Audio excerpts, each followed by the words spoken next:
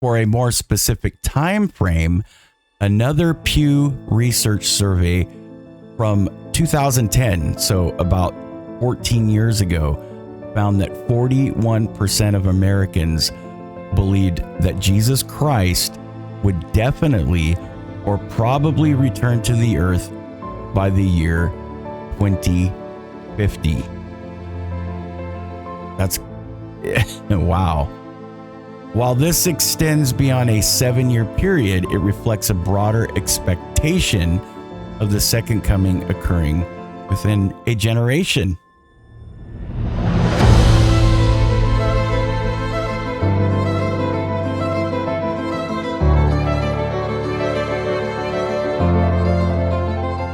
Oh, hey, how are you? So, Christian bloggers, preachers, evangelists, and leaders from various denominations have been talking about signs that they believe point to the second coming of Jesus Christ. We can all agree, and it's crazy.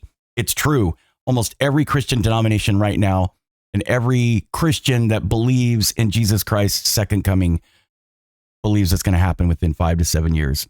I kid you not. I've researched this, and it's nuts. Simply nuts. Latter-day Saints aren't the only ones that believe it's coming soon. I've seen your comments. I've talked to you, and most of you believe it's within even 3 years, 5 years, 7 years, and no more than that, the majority of you. I got a casual breakdown of what all the denominations are saying. The Protestants take Israel's role, that we're Protestants, I would say. Well, I mean, we're a Reformation church, but we would be categorized in the Protestant field. A lot of Protestants are keeping an eye on Israel, especially its hold over Jerusalem, as a big clue that the second coming is on the horizon. Also, biblical predictions. They're also looking at prophecies from Revelation and Daniel. That's right. Most Christians do that.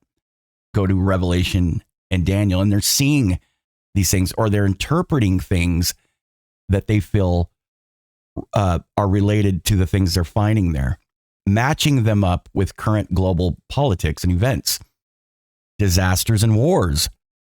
The uptick in natural disasters and the looming threat of nuclear war are also seen as red flags. And then there's the Catholics. One big thing with the Catholics is moral decline. Catholics are talking about how society's moral compass seems to be out of whack, with people turning away from faith. So we're not the only ones that have people leaving their faiths. And the Catholics are big on a deceptive leader. They're on the lookout for a false prophet who's going to mislead a bunch of people with fake miracles.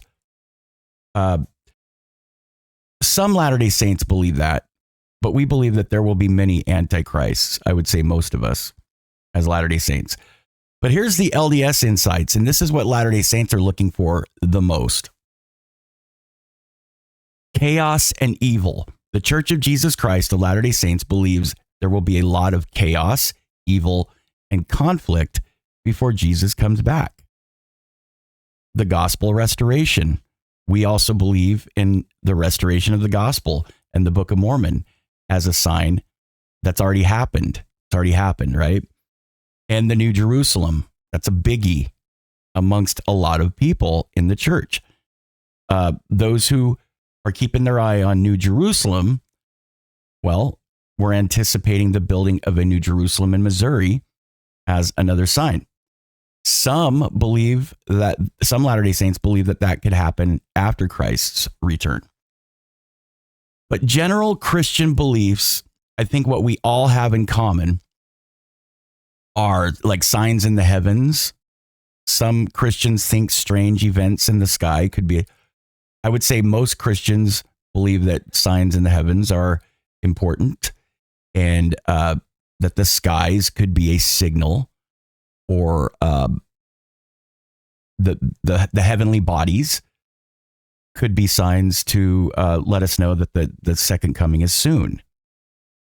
Empty churches losing their spiritual mojo and becoming more secular is also a warning sign. Like I said earlier, that's happening now. Fake messiahs. The appearance of people claiming to be Christ and tricking others is a common concern. Worldwide gospel, the idea that the gospel must be preached to every nation, is also, interestingly enough, not just with our church. Everyone believes that Jesus Christ, everyone needs to know about Jesus Christ before before the second coming, and that is a sign that the end is near. But it's not that the end is near. We have 1,000 years of peace on earth. We have 1,000 years of peace on earth that is coming.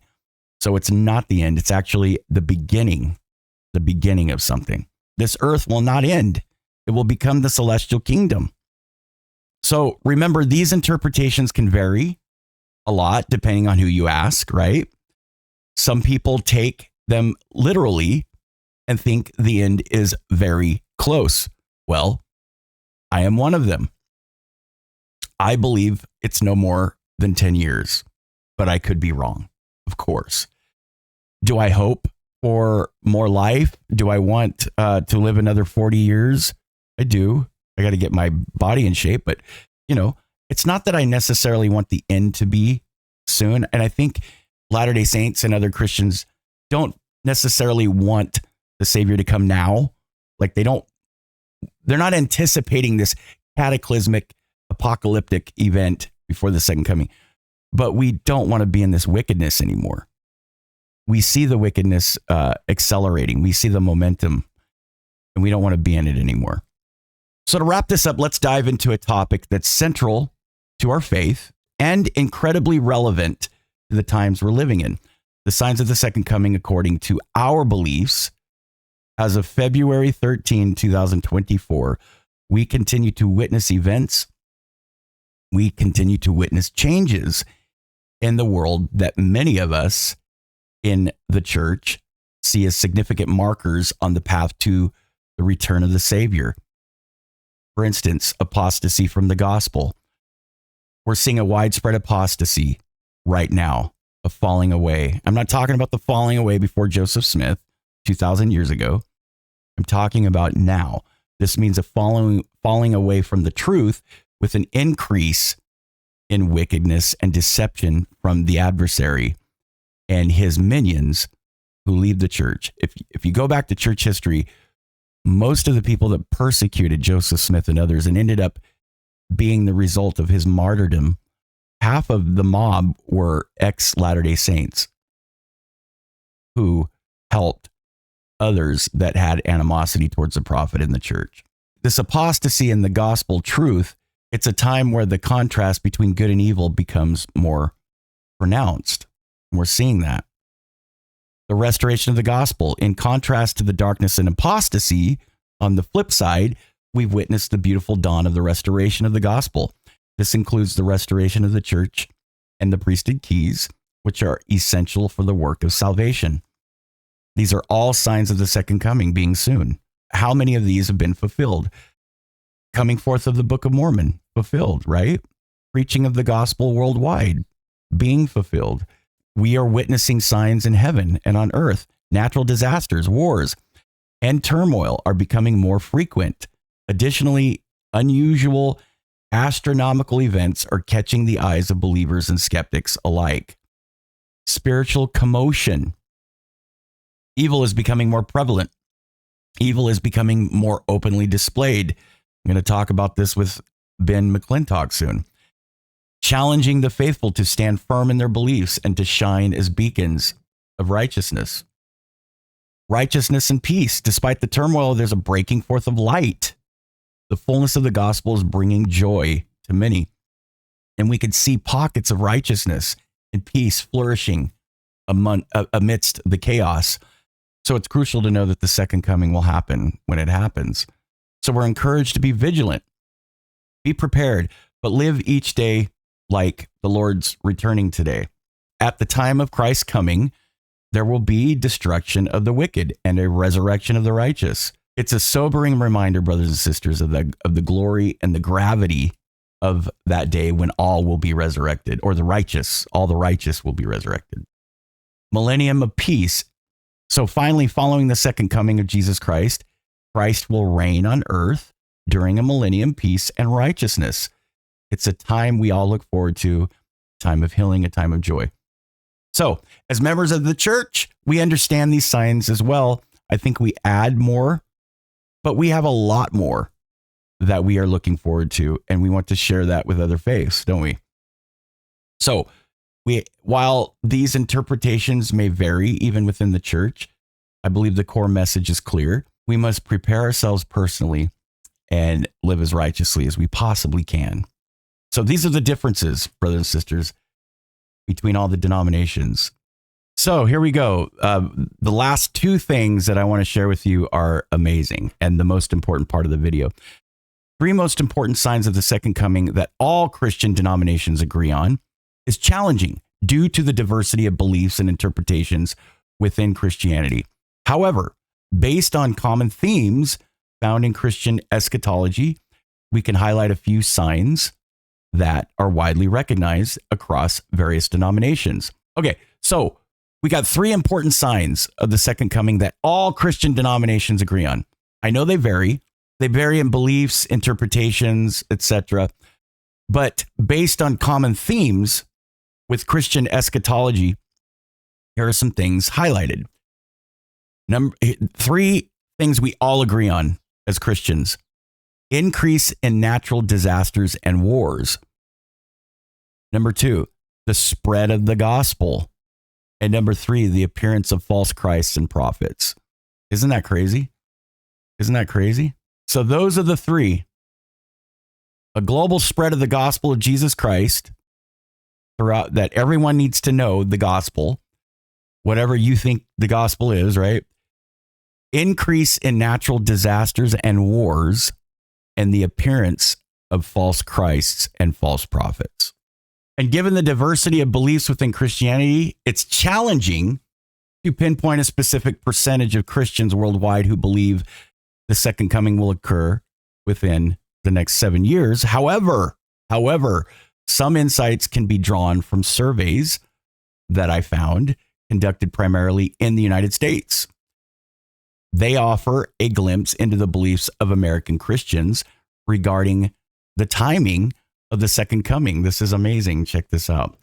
According to a Pew Research Center survey, about 1 in 10 Americans say they believe the second coming of Jesus Christ will definitely or probably occur during their lifetime. That's not just Latter-day Saints, brothers and sisters. 1 in 10. 1 in 10. That's crazy. This statistic doesn't directly answer the question regarding a 7-year time frame, but indicates a general belief in the imminence of the second coming among a segment of the population. It's important to note that this belief varies significantly among different Christian denominations and individual believers, with factors such as religious tradition, interpretation of biblical prophecy, and personal conviction playing a role in shaping all of those views. But for a more specific time frame, another Pew Research survey from 2010, so about 14 years ago, found that 41% of Americans believed that Jesus Christ would definitely or probably return to the earth by the year 2050. That's wow. While this extends beyond a 7-year period, it reflects a broader expectation of the second coming occurring within a generation. Remember, these surveys primarily focus on the beliefs of American Christians and may not fully represent the views of Christians worldwide. Beliefs about the timing of the second coming are deeply influenced by theological interpretations, cultural contexts, and individual convictions, leading to a wide range of perspectives within the global Christian community. But I would say that Americans probably, or even just Western culture in general, research eschatology more than any other Christian cultures and denominations.